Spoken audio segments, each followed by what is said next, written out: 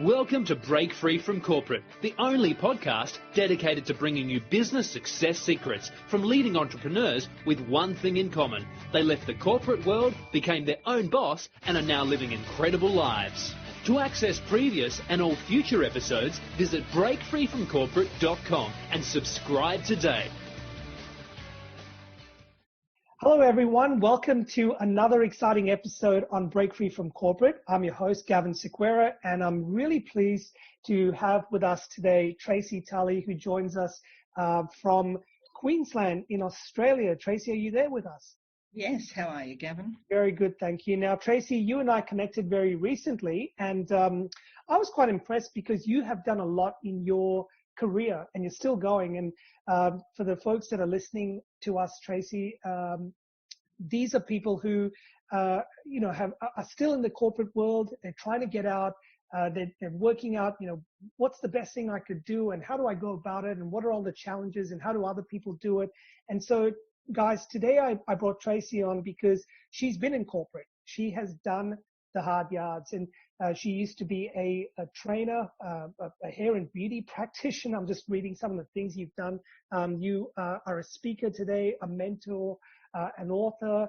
You have you do a lot of work around motivation and resilience and wealth as well. And I'm just fascinated, Tracy, by your journey. You and I have spoken once before, and you told me about some of your travel experiences as well and some of the things you've had to go through. And we're going to get into all of that. But firstly, I just wanted to welcome you to the program, and I'm delighted to have you share your experience with us. Thank you very much. Great. So, well, let's unpack a lot of that. So, talk us through, I guess, just so we can bring everyone else on board from the beginning. Obviously, you started off, like most people, you worked somewhere or for someone, didn't you? And before you got into your exciting career. Yes, I did. Yeah. So I was born in Penang, Malaysia. My father was in the Air Force, Australian Air Force, as a doctor.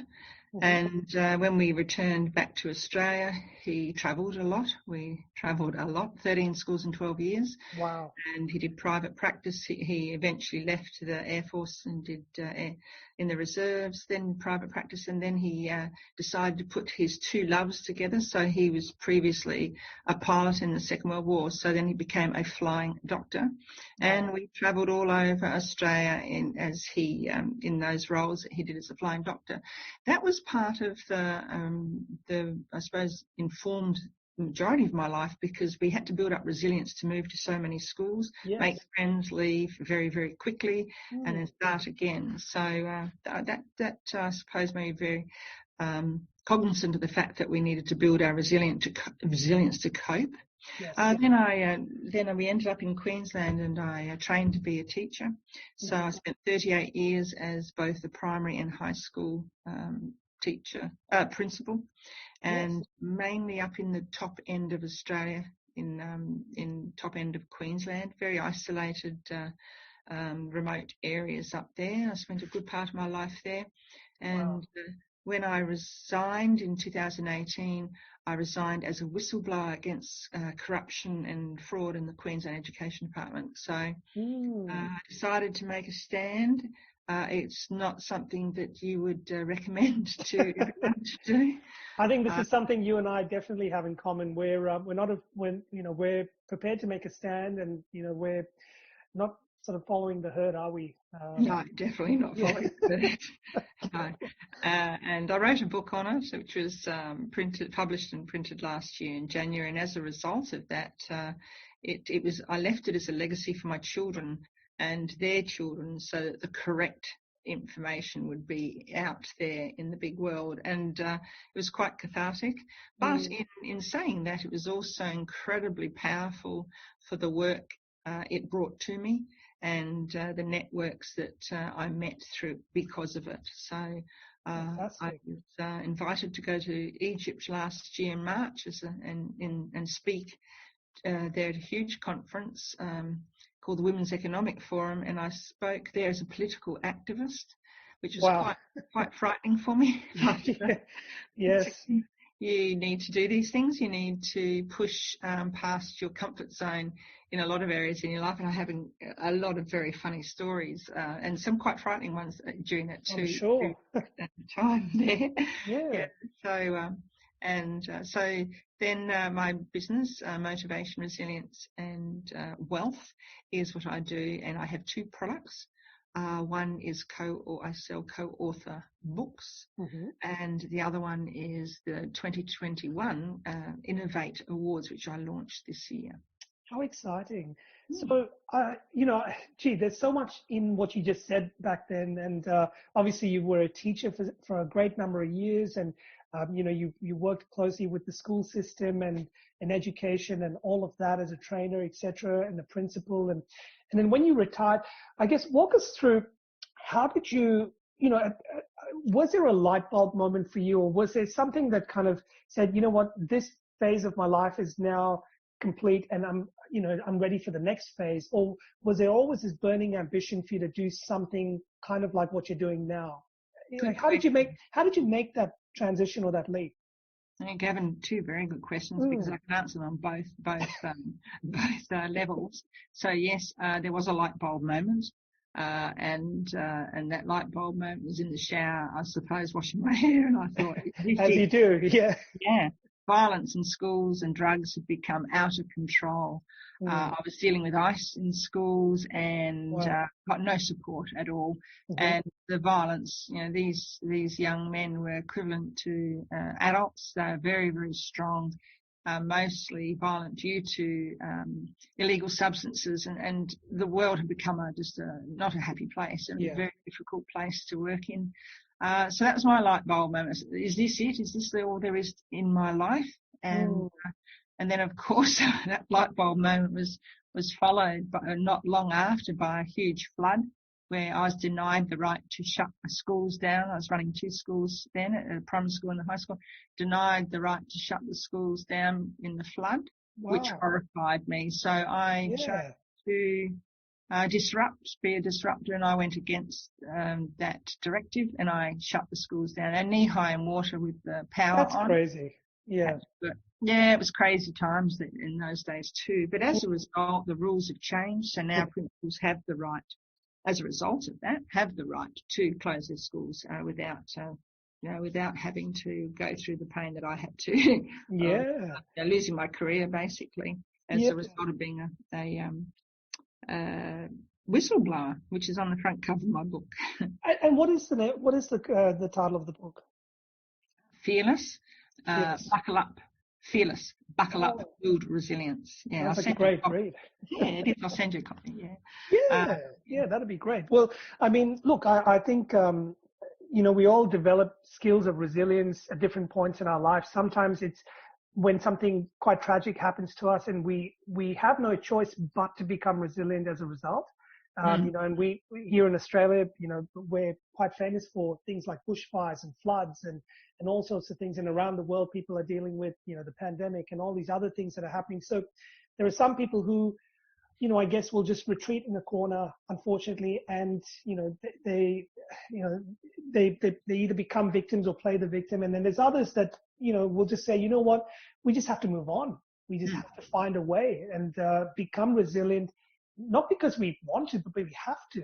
And it sounds like you had to go through that phase, when you described the situation you just described. And, but obviously you've then taken that a step further, haven't you? You've now gone on to do things with that.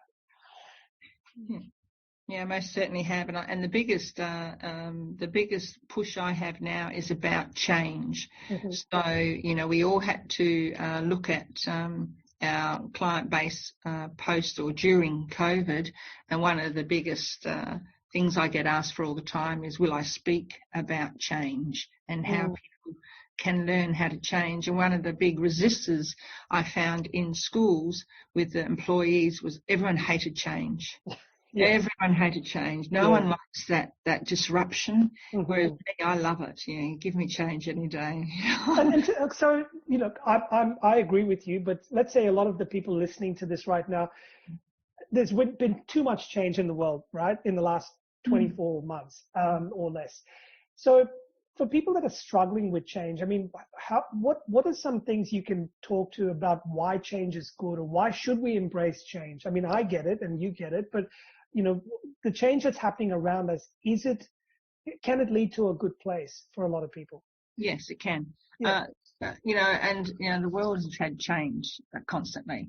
It's the way we look at it and whether we embrace it or not. So, prior to COVID, there's plenty of other big change episodes, whether people took it on board the way they're taking COVID now, because the problem with COVID is the media response and the drama in around it and the fear and the false stories and things like that. Once again, that happens all the time. So if you look at it on a micro level and a macro level, the constant problem people in this generation are affected by is media and that fast sell of media and the drama around it. So some of the immediate things I would be suggesting to people if they struggle with change is turn off the Facebook, turn off the social media, don't watch the news. You might consult with the news every now and then to find out what's going on with your masks today. But at the end of the day, don't rely on that to feed you each day, to feed your creativity, feed your soul, feed your intellect. Don't rely on social media. Flip it. And if you flip it and you pick up a good book and read it every night before you go to sleep. Go and have a social, cup of tea with someone, even if it's via Zoom. Go and do anything that you can that will fulfill you in terms of you can still go for a walk. You can still have an animal and bring home a new animal, adopt an animal if you're working from home a lot. Look at different opportunities in life, and that goes for at any stage in your life, because change can happen in a heartbeat, as we know. Change is not just about COVID. People are obsessed with that, and it's really sad. I know. But you could lose a loved one in an accident. Absolutely. In the click of a finger, and that is massive. Permanent change. So when we look at change, I think people get hung up, and once again, it's that media that keeps going on and on and on about it. We need to shut that voice out and look at what else is there. And look at our priorities in life. So fitness is a big one. Get out, fresh air, and move. Eat correctly. And I've got what we call my 5 micro habits, which sets you. Oh, I'd love to hear that. Yep. Yeah, sets your mindset every morning. So that's that's my advice to people to help them with change. I think that's really good, Tracy. I mean, I talk to a lot of guests on this program and, just in general with my clients and people that I come in touch with. And we talk about this topic all the time. Everyone has slightly different variations of how to deal with things. But I must say in the last, let's say, 15 years that I've been working with business people or talking to entrepreneurs or talking to change agents, as I like to call them, there's a very different mindset with people that are, receptive to change and those that are not. And so the ones that are receptive to change often, I find, are able to deal with things. They have more resilience. They are able to find happiness and joy and peace in places where most people can't, and they're often more able or more likely to become successful in whatever ventures they take on because of the mindset that no matter what the world throws at me, I'll be able to bounce right back up, and so I always bring this topic up with a lot of people whenever I'm talking to them, but particularly with you because you are a disruptor, as you said.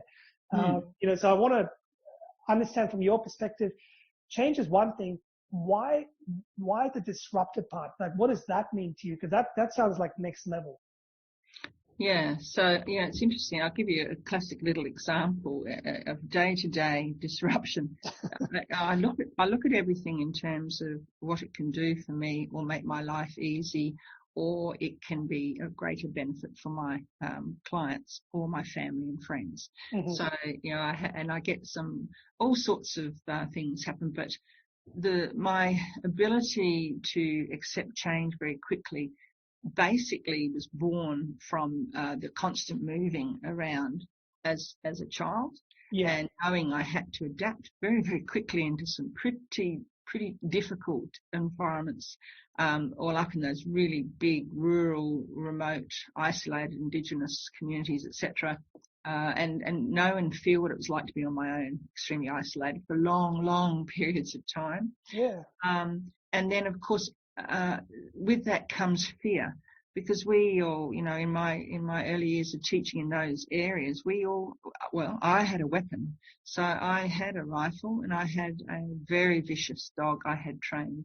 And, yeah, and I needed it to protect myself. And sure. So, you know, I was in a lot of quite scary situations as a result of travelling and working in those places and being sent to relieve principals in those places. And so you have to be able to adapt very quickly to survive, and you have to be able to look at everything in terms of its objectivity and not emotionally.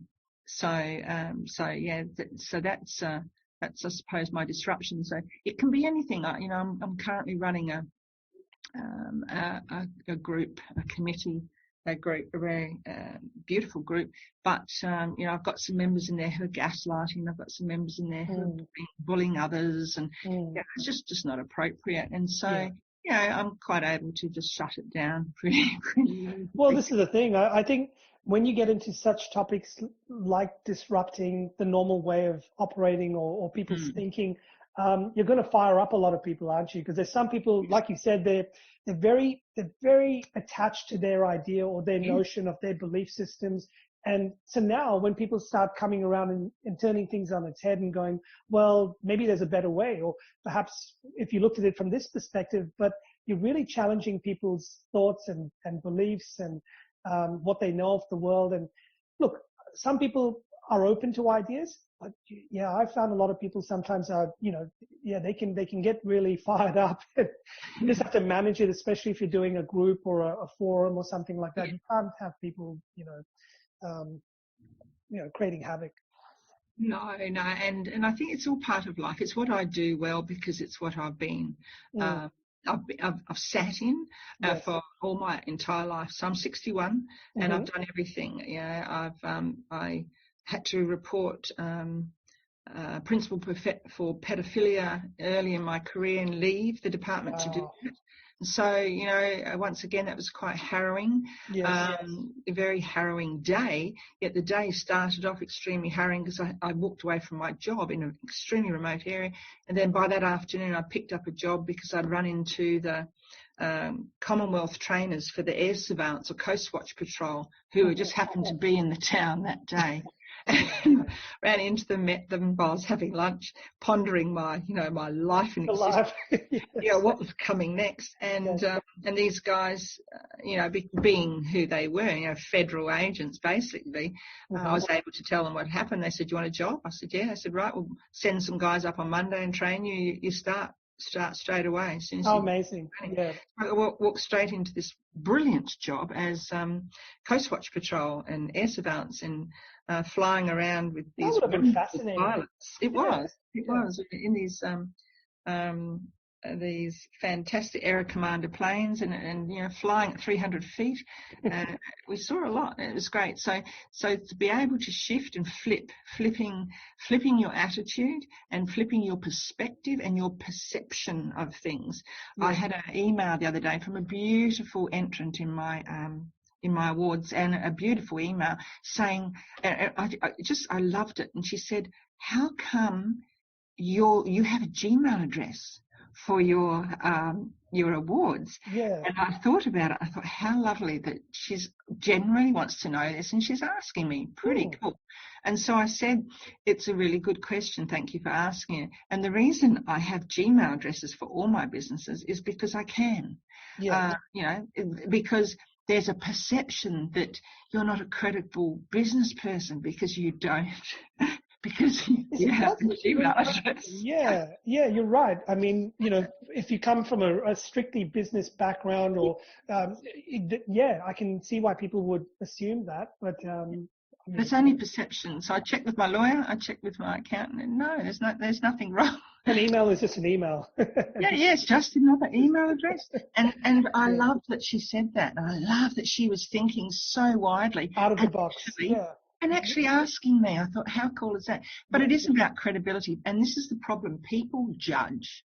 People are so quick to judge people, and that is a big problem. And of course, as a disruptor, I put myself out there, and I almost watch people as they're ready to judge me for this, that, or whatever. I guess if you're a disruptor at heart, which it sounds like you are, and same with me, you almost invite the questions that come at you, because it's your opportunity to share why you're different, or why why people should perhaps think differently. You're right. Yeah, no, I think that's wonderful. And clearly you've done a fair, quite a few different things. You've written that book, so congratulations on that. Thank you.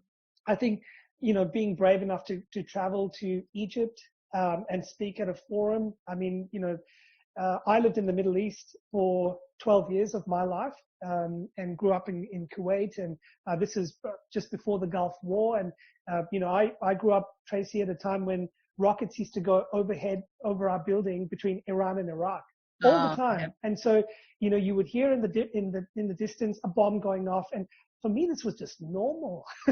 Yeah. And I remember, like you said, talking about all the, having to travel to different places with your parents and go to many schools. I was very similar. When we came to Australia, almost 35 years ago now, and I was a teenager at the time, or just barely a teenager. But I lived in, I don't know, something like 16 different homes in the space of like 20, 21 years. Like we kept moving. We were always on the move, and it's tough when you are growing up and you have to make friends, and then you have to move schools, and you have to move suburbs, and but for me, that was normal.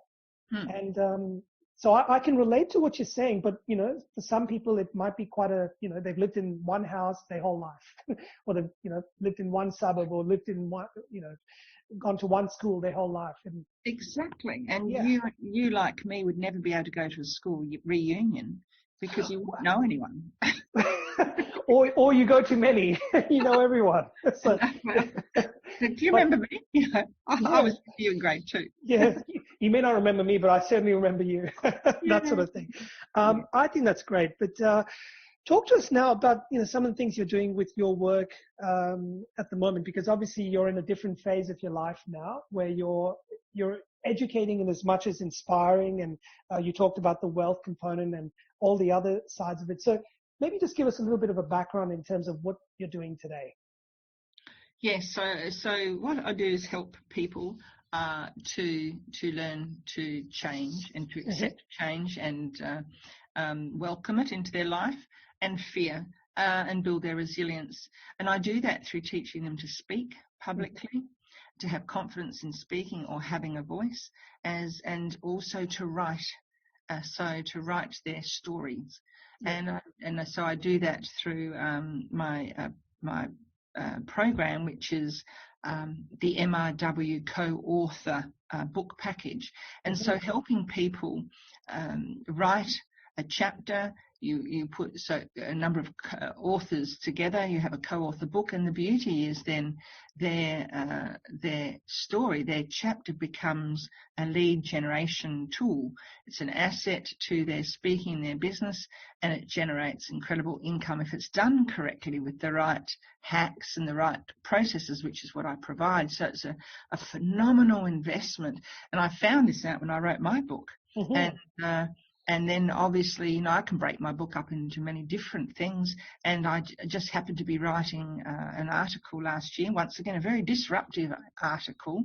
And it was right in the hailstorm of COVID. And I wrote "Muzzle the Mob." Oh yeah. Okay. And people jumped to conclusions, false conclusions, thinking the heading was about Black Lives Matter. Oh, and in Australia, the mob is referred to in terms of black lives, which was not what my story was about at all. Yeah, and it was amazing because people's perception, but the actual story was about the violence in schools and the inability of educators or employers to support teachers in schools.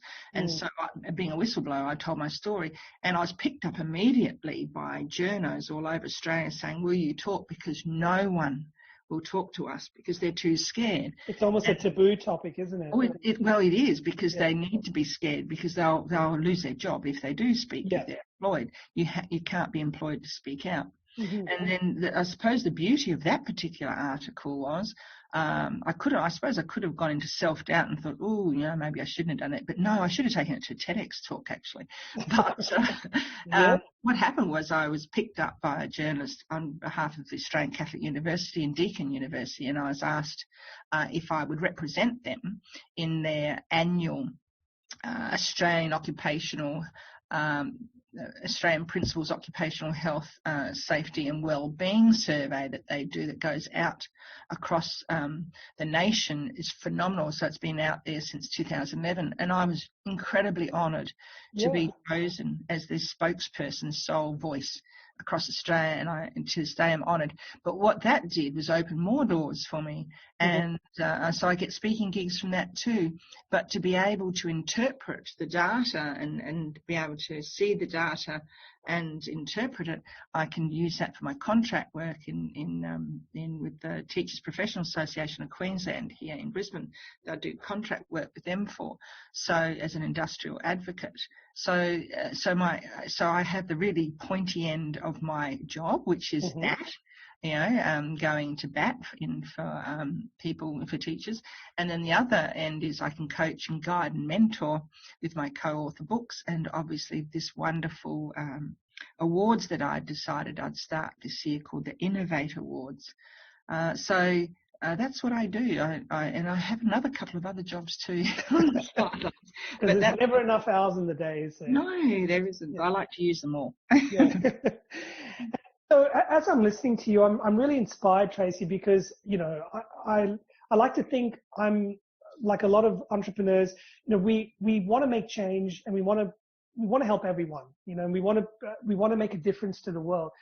And there's so many different ways you can do it. And what I like about what I hear from you is you're using your experience. It's not like you've just decided I'm going to be this entrepreneur and just create some widget on the computer and sell it and make $1 million that way. But you're actually making lasting change by changing people's mindsets, and you're educating them, and you're using your skills as a teacher or from the education industry, and you're influencing schools and parents and teachers and all of it from that side of it. And then you're influencing people to find their voice and get heard, maybe from a personal, professional standpoint through your book and the book system and the co-authoring system. And so I like how you're drawing all these different strings from your experience, and each one leads down a slightly different path, but they're all related. Yes. Yeah. They're all related to business. Exactly. Yeah, that's right. And so there's almost like a cohesion in, there's a method to the madness. Yes, I hear that a lot. Now, for some people who are starting out, let's say, they're early days, they're still working, maybe they've been working for 10 years, 15 years or so, and they've hit a plateau at their work and they're not happy, they're not satisfied, maybe the work's become a bit political. Things are very politically charged today. You can't even have an opinion without someone attacking you for it or something like that. So, when people find themselves in these situations and they're like, gee, I can't wait to retire, I can't wait to get out of this and do my own thing. What would you suggest to someone like that? Because I deal with these people every day. This is what I do. I help people to work out a plan so that they can break free from corporate and do their own thing, whatever that is, whether it's business, it could be whatever it is, but how to find happiness doing something you love and enjoy. Now, what would you suggest to someone who's in that situation that's listening to us? Yeah, that's a good question. Thank you for asking, Gavin, because the one thing I would be saying, the very first thing I'd be saying is drill down and super focus what it is you want to do to help people. So I say I build resilience and I teach people confidence with speaking. That's a very broad area. It is. So you gotta drill down. And I drill down and I mentor and coach in co-author books. And I teach people to have a voice. So I teach them how to speak confidently, and that's my two areas in my MRW coaching program. And then obviously I like to celebrate people's success and achievements through my awards. So drill down is the biggest point, and do not listen to a whole heap of people. You really need to go by your intuition. Register your business first and foremost, and make sure you cross the T's and dot the I's. Go to an accountant and make sure it is all correct before you do all the fun stuff. Like, the lovely images and social media. Everyone falls into that trap. They do the fun stuff and they forget. And then by the time they go back, people can't buy from them because they don't even know what they're doing. Yes. And I know this because I did it myself. So, you find out the hard way, and it costs you a lot of money finding out the hard way. You don't need to spend thousands and thousands of dollars on a website. You don't need to spend thousands of dollars on a brand. You just keep it simple. Make sure you've got a budget and drill right down. Know what your passion is, what it is that you can do to solve a problem for someone else. Great point. This is literally, geez, it's almost like you've read a couple of chapters of what I teach, because people sometimes say to me, "Oh, Gavin, all sounds fantastic, but I don't even know where to begin. I don't know what I'm passionate about. I don't know what I'm good at," which is, Tracy, when people say that to me, I get sad a little bit, because it's not that people don't know what they're good at or whatever. They're so caught up in the day-to-day that they haven't taken any time out to really reflect or write down, things that they love doing or they're passionate about, or when it's the weekend and they talk to their friends or family, what are the things that come to mind? Or when they go on a holiday, or when they're relaxed, where does their mind take them? And sometimes you just need to reflect on these things, because we don't give enough time to ourselves. Would you agree? Yeah, and one of the biggest problems probably even precedes that, and that's the imposter syndrome. Oh yeah. People, 90% of people, they're not very confident, and so they don't have confidence in themselves. They doubt themselves so much, and this hesitation also affects them from seeking out lots of great opportunities. So that stops them from actually finding their passion. Everyone is good at something. And you could be talking to someone who's building a boat. You could be talking to someone who's breaking in a horse. You could talk to someone who likes making cupcakes. Everyone has something they're passionate about. And even if it's sitting on the couch in front of TV, they're passionate about something. But everyone can convert that into a paid job. So the biggest thing is get over that part first, that imposter syndrome, that you're not good enough. And that is the biggest hurdle before they can get to you, and sit there and then say, okay, well, let's look, let's do a map, let's do a plan of what your passions are, and then let's super focus them until you find out what is the one thing you do best. I coach people on resilience and change, and I'm very powerful speaker coach in that area, and that's all I do. And that's really great advice, because you're not trying to be someone you weren't meant to be. It's not like you decided, look, I'm gonna sell shoes on Amazon or something. You know where your skills lie, you know where you're good at, you know what experience you bring to the table, and that's what you want to share. Because I truly believe, Tracy, probably like yourself, if you are authentic to yourself and you act with integrity, one, you don't ever have to sell anything to someone because they can just sense it. I think people are pretty clued in today. With all the social media and things around, it's harder and harder to convince people of anything. So why convince them in the first place? Why fight that battle? And so, if you're good at something, or you like something, or you feel you could get passionate about a cause or a certain activity, then maybe explore that. See how you can contribute. And I love what you said earlier about find a way to solve a problem. Because it's not about selling a widget or a service or something just for the sake of it. I think there's enough problems in the world today, and there's not enough solutions. And if you can provide a solution, even if it already exists out there, but you can do it in an innovative way or a slightly different way where people go, ooh, I like the way Tracy talks about that. Like, for example, you teach people how to speak. There's plenty of people who do that. Yeah, exactly. And, I teach people how to start up a business and get creative and all, but there's plenty of people who do that. But it's how we do it, I think, that makes all the difference. Yeah. Yeah. That's focusing, instead of focusing on yourself when you set up a business and what you want, it's what is your prospective client wanting? What is their problem that you can solve with the strategies that you've got in your tool belt? That is the big trick that people just don't seem to understand when they start up a business. They go from what do I want? Oh, I want to, I want to do this and I want to do that and I want to do this and I want to have a radio station and I want to do retreats and I want to do this. I don't do retreats. I do road trips with my clients. I like that. Lots of fun, yes. So, it's all those different things and you have to think of, but what is it that your prospective client wants, needs, and how can you solve that problem? That's really good. So rather than coming up from what can I do, it's what is needed by my prospective client and how do I fill that gap? Almost. Yes, yeah, exactly. Yeah. I think that's very, very good advice. And obviously, Tracy, you've moved around a lot. You've met a lot of people. You've built this resilience and these extraordinary skills. But how important is it for people who don't have that experience? So they need to find that from somewhere else. So how important would you say it is for them to, find a community or a group of people that are like-minded or people that they can relate to so that they can start sharing these ideas openly, not be judged as much, maybe get a lot of support and help. Because sometimes, talking to family or friends or colleagues isn't the best way to go about things, is That's it? exactly right. It's not. In fact, it can take you on the wrong trajectory.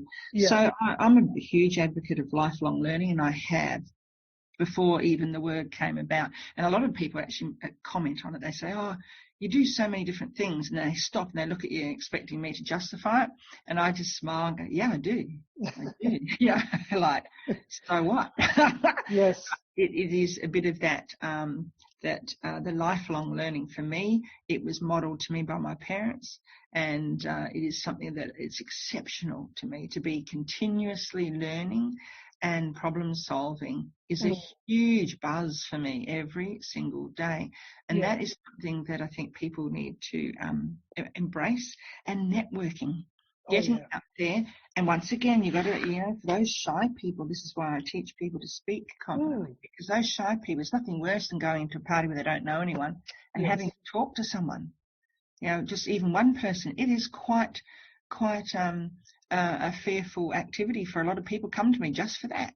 I can't go anywhere on it. For me, I can stand up in front of 300 people and I can pull up a microphone, talk with no notice. And just talk for an hour if I want to on any topic.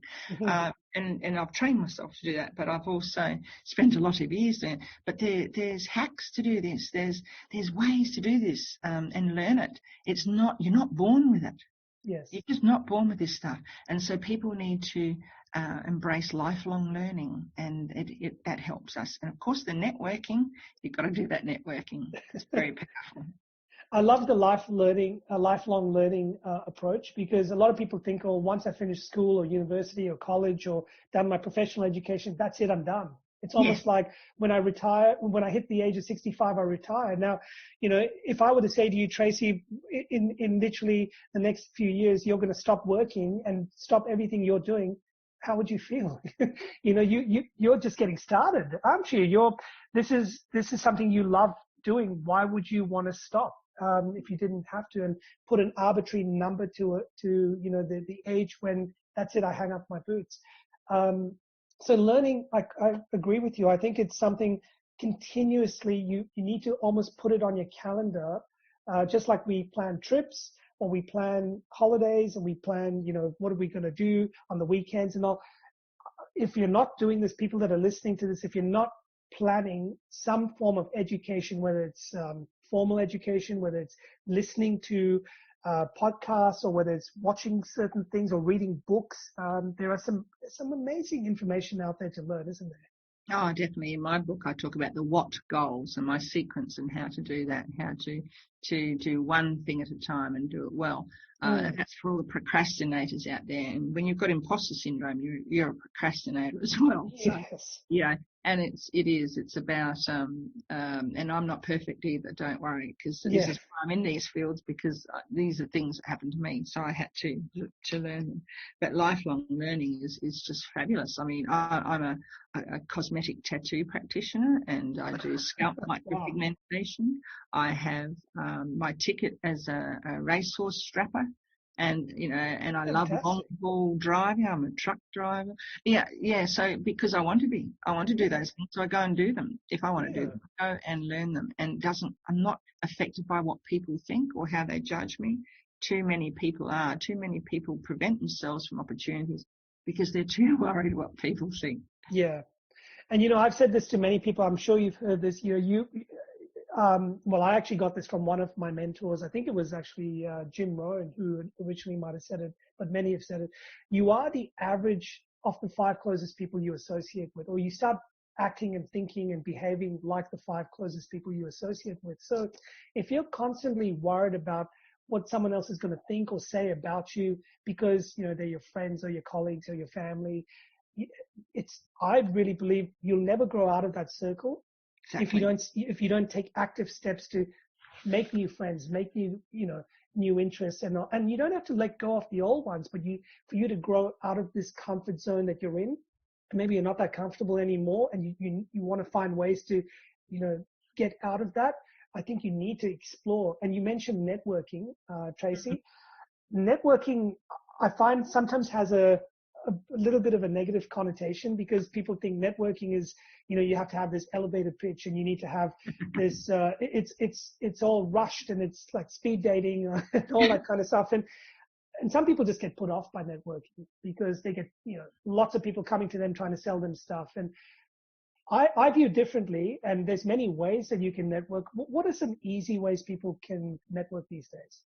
Yeah, so I prefer to use the word mixing with like-minded people. I like that. They raise you so fast and so hard. And, I've got some brilliant partnership programs going with business people purely because of that. So some of the things that I think, one of the most important things for me is to talk to people no matter where I am. So when I do my long haul driving down to Melbourne from Brisbane, I do it in virtually 2 days, obviously, but I do it in long haul. So I sleep on the side of the road in my car just to get that added benefit of the freedom. But if I'm fueling up at 2 a.m. in the morning, I talk to the person who's pulled up next to me, and it's that sort of thing. It's taking an opportunity to find out about other people and ask them, because we walk around in life, we stand there in the supermarket and stare out in the world and consume all our problems. But if we were to just spend the time to ask the person that's standing next to us, how are you? How's your day been? And just have a conversation. That what you learn is phenomenal. I meet so many tremendous people that way. And what it does is it teaches you how to converse. Yeah. And how to have a repertoire of questions that you might ask people, just like a little toolkit of questions, so that no matter where you go, in any country, you can strike up a conversation with anyone, even if they've got very, very little English. Yes. And so you're finding out more. I had a wonderful time in Egypt doing that. But it's amazing. And so never being afraid to talk to someone you don't know. Yeah. Never be afraid to put yourself in. If someone invites you, go. You go have a bailout strategy if you can't cope. Have the keys, car keys in your pocket, and don't drink if you want to get out real quickly and go home. But do it, because what have you got to lose? Nothing. Great attitude. Yeah, a lot of people won't do that because they, once again, the imposter syndrome. I'm not good enough to go to that party. Well, why would you be invited then if you? Yeah. And sometimes I believe, we need to just get out of our own way and stop overthinking things. And I like what you said earlier, Tracy, about a lot of these skills can be learned. So if you're not a natural speaker, a natural networker, you're shy, you're listening to this right now going, yeah, that's all great, Gavin and Tracy, but I could never do that. You'd be surprised. You have what it takes in you right now. We're all born with the ability to do some great things. You just have to want to do it. If you want to do it and the desire is big enough, then find people who can help you take those steps. So if you want to learn a new language, someone has to teach you. If you want to learn how to play the guitar, someone has to teach you, right? So if you want to learn how to speak, maybe talk to Tracy. If you want to learn how to write a book, or you want to learn how to start a business, or whatever it might be, if you don't have those skills, they can be learned. I actually really like the fact that you can learn these things, because I used to believe that, when I heard someone on stage and they were a great speaker, I thought, gee, that person's a gifted speaker. But I'll bet you that person spent hours and hours and hours practicing and years of experience to get to that point. You're dead right there. It's interesting because, a lot of, 99.9% of people in the world think they can't sing. And it's the most ridiculous belief that everyone thinks they can't sing. Everyone can actually sing. It's just that we have this weird sense that, it's embarrassing to sing. Yeah. And everyone can sing, everyone can swim, everyone can speak publicly if they're taught by the right person. So it comes down to really your education as a child, or your family, how you've been brought up, about what confidence you've got and the opportunities you're given. But singing is a classic. I can get every single person that comes to me who wants to speak publicly, after one session, I can get them speaking publicly, and they go, "Oh, wow, I don't believe I just did that." And I go, yeah. It's not hard. Yeah. And I teach it, but I have phenomenal teachers myself. So it's, again, that lifelong learning. There's no way I wouldn't go to the very best of the best that I can find to teach me. And I love it. And so it's that constant lifelong learning. Yeah, which kind of, sort of answers the thing I was going to ask you next, which was, how important is it to have good coaches and mentors that, around you, that can guide you, that can inspire you, that can teach you. And it sounds like you've got some great people around you. And therefore, rather than you trying to figure out all the answers, people can teach you through their experience. You leverage your time a lot better. And what might have taken someone 20 years of their life to figure something out, you can learn from them by either reading a book, talking to them, doing something with them. And in the space of either a few weeks, a few months, or maybe even a year or two, you can have that experience, which is quite a phenomenal shift of thinking. And once you start thinking like that, gee, you can learn a lot in your lifetime, can't you? Exactly, and there's nothing stopping you from learning. We've all got a brain, and it's how we choose to use it, and what opportunities we provide for it to learn. So we've all got that ability, and there's people around that will help. There's a lot of sharks around too, so of course you've got to be careful who you go to. But we've all been stung. Oh, look, we have. But I say to people, Tracy, all the time, like, if you want to learn how to swim, you're gonna have to learn how to deal with the stuff that comes in the water. If you are going to climb a tree, well, you're going to fall down and get hurt every now and again. If you're going to play sport, you're going to have to cop an injury or two. So if you're going to get into business, or you're going to get up and speak in front of a crowd, you're going to have that time, one or two times, where it's not going to go so well. And that's okay. That's you're going to have failure, and there's nothing wrong with failure, because you learn from failure. I get sick and tired of people going, "Oh, they fail." That's good. You fail, you learn, and you get better. There's nothing wrong with failure. No, that's fantastic. You can hurt at the time, but you'll get better. Oh, of course, but it makes you stronger and more resilient, right? Yes. Now, what I want to do, Tracy, is usually when we get to about this point in our conversation with our guests, we play a little game. I've been doing this for so long, it's almost like I'm used to it, but it's called rapid response, and I'm just going to shoot out a few questions to you, just to see how you think. And I know you're one of those people that won't have any issues with this. So, you ready to go ahead? Yeah, go for it. Awesome. So, what is your favorite mode of learning? How do you learn stuff? Hands-on. Oh, I like that. Excellent. And that could mean a lot of things, but hands-on. Yeah. You're a doer, aren't you? I am. You like getting things done. Excellent. We talked about having, people that inspire you, whether they're role models or mentors or heroes. Is there any one or more people that come to your mind that constantly, inspire you to do what you do? Yes, Dr. Ken Robinson, phenomenal speaker in education. Wonderful, wonderful. We even talked about a few quotes earlier. Is there a quote of yours that's not necessarily doesn't have to be yours, but one that you remember or come across a lot that inspires you that you'd like to share with us? She'll be right. She'll be right. Very good. And if you're not Australian and you haven't heard that, well, that's a very, very Aussie quote. And basically, what does it mean, Tracy? It means give it a go. You'll be fine. Just Perfect. Give it a go. Yeah. Give it a go. She'll be right, mate. She'll be right. Yeah. She'll be right. And like the good old Nike saying, just do it. Right? Yeah. Just do it. And Mount Isa Mines in Queensland, do it. Yeah. Exactly. Do it right. Mm. Now, I know you've been involved in a lot of public work and you've probably supported a lot of organizations with what they're doing. You were talking about the Australian Catholic University or not, maybe not university, but the school system. Is there a cause or charity that you'd like to call out that you're either involved in or you just believe deserve to be called out because the support would help so our listeners can get involved? I love the RSPCA. I think that animals need as much help as they can get because they can't do it for themselves. Plus, it's good for people, especially people who don't have confidence. So RSPCA. Wonderful. Yep. And especially after the bushfires last year, there was a lot of animals that needed help, and I think it's so great that you just mentioned them. So wonderful. Now, anything unusual or quirky that you'd like to share with our audience about you, Tracy, that perhaps people who read about you or listen to you talk don't know that you're comfortable sharing? Yeah, I've ridden in rodeos. So have you? I got a gun license, truck license. I've ridden in rodeos, and I'm a tattoo practitioner. So I've got lots of quirky stuff. Any unusual tattoos that you've done? No, only my eyebrows. That's all. Okay.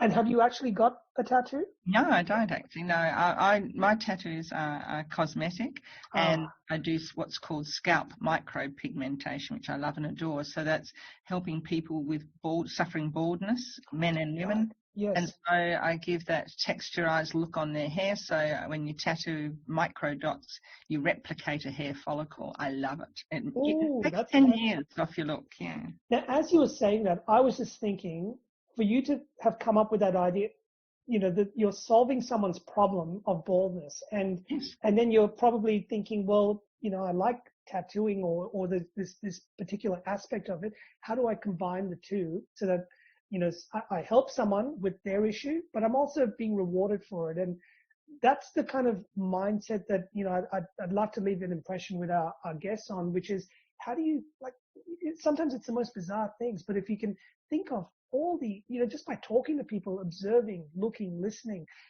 there is a lot that all of us can do to help one another. And it doesn't have to be the conventional stuff. Sometimes it's the unconventional stuff, like what you just mentioned. Oh, yes, builds their confidence. And in business, if you can build someone's confidence in a particular area, you're a winner. 100%. Because you can imagine, any person who's got baldness is very, very aware of it. And of course, their skin on their scalp is very shiny and pale, so it attracts that look.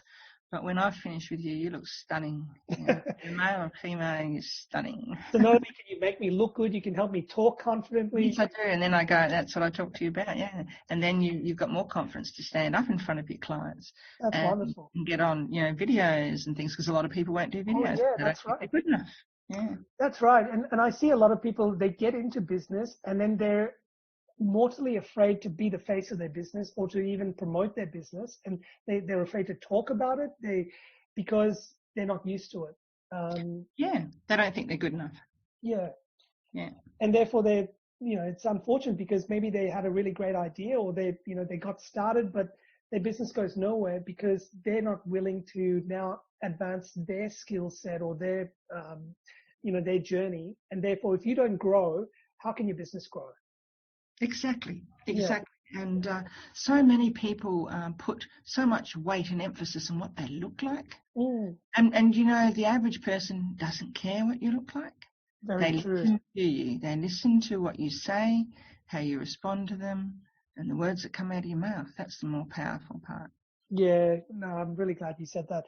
So Tracy, as we sort of wrap up, I mean, if people that are listening, if they want to sort of look more into some of the things you're doing, or maybe get a copy of that book, or reach out to you about your speaking program, or maybe even want to get some help with co-authoring, or anything that you're doing, what's the best way for people to either reach you or get in touch with you? Thank you. So on my website, which is www.tracytully.com, no E's in either Tracy or Tully. Mm-hmm. So you can get hold of me on my website, tracytully.com. You can also type my name into the internet, and pretty well I'll come up around a few different areas I work in. If you want to book me for speaking gigs, go to Crowd Pleaser. It's 2 words together, Crowd Pleaser, and that's a platform where I pick up work speaking. Mm-hmm. So you can you can just type my name in and you'll pretty well find me. And you're all over the social media side as well. I know. I am. Facebook, LinkedIn, and the Instagram. I am. Wonderful. So listen, Tracy, thank you so much for giving us your time today and sharing, what you do, how you got into it, the challenges, the pitfalls, the successes, but just basically the journey. And what I loved about our conversation is the fact that anyone can go through this. We all have unique experiences, but it's our journey. It's that experience that is unique to you. So you don't have to be like everyone else. Just be yourself, and then see how you can use that experience to help someone else. If you can help solve a problem, I truly believe there's an opportunity for everyone to do something that they're passionate about. Would you agree? Oh, absolutely. And you're doing a wonderful podcast here. I'm really loving it. Oh, thank you. Well, this is the stuff that motivates me. I can go a whole day doing this and I don't get tired, because I genuinely love it. So I enjoyed having you as a guest, Tracy, and good luck with the awards as well, the award program that you're running. I think that's a fantastic thing. I might throw my hat in the ring for that as well. Gavin. And I encourage anyone else listening to as well. But other than that, Tracy, all the very best to what you're doing, and we'll keep in touch. Thank you, Gavin. We certainly will, and we'll see each other networking, and I know that. Okay. Oh, okay. Thank you, Tracy. Cheers. Thanks a lot for having me. Bye. Okay, bye. If you like this podcast and would like to understand a little bit more about what was just discussed, then you're in luck. Simply head over to breakfreefromcorporate.com, and we have a fantastic bonus gift waiting for you to download. All we ask in return is that you leave us a review on iTunes and or Stitcher, whichever you use. And lastly, help us share this podcast around with your friends, your colleagues, through Facebook, Twitter, Google+, or LinkedIn. We truly appreciate all your support, and we look forward to seeing you on the next episode. Thank you for listening to this podcast episode of Break Free from Corporate. Once again, to access previous and all future episodes, visit breakfreefromcorporate.com and subscribe today.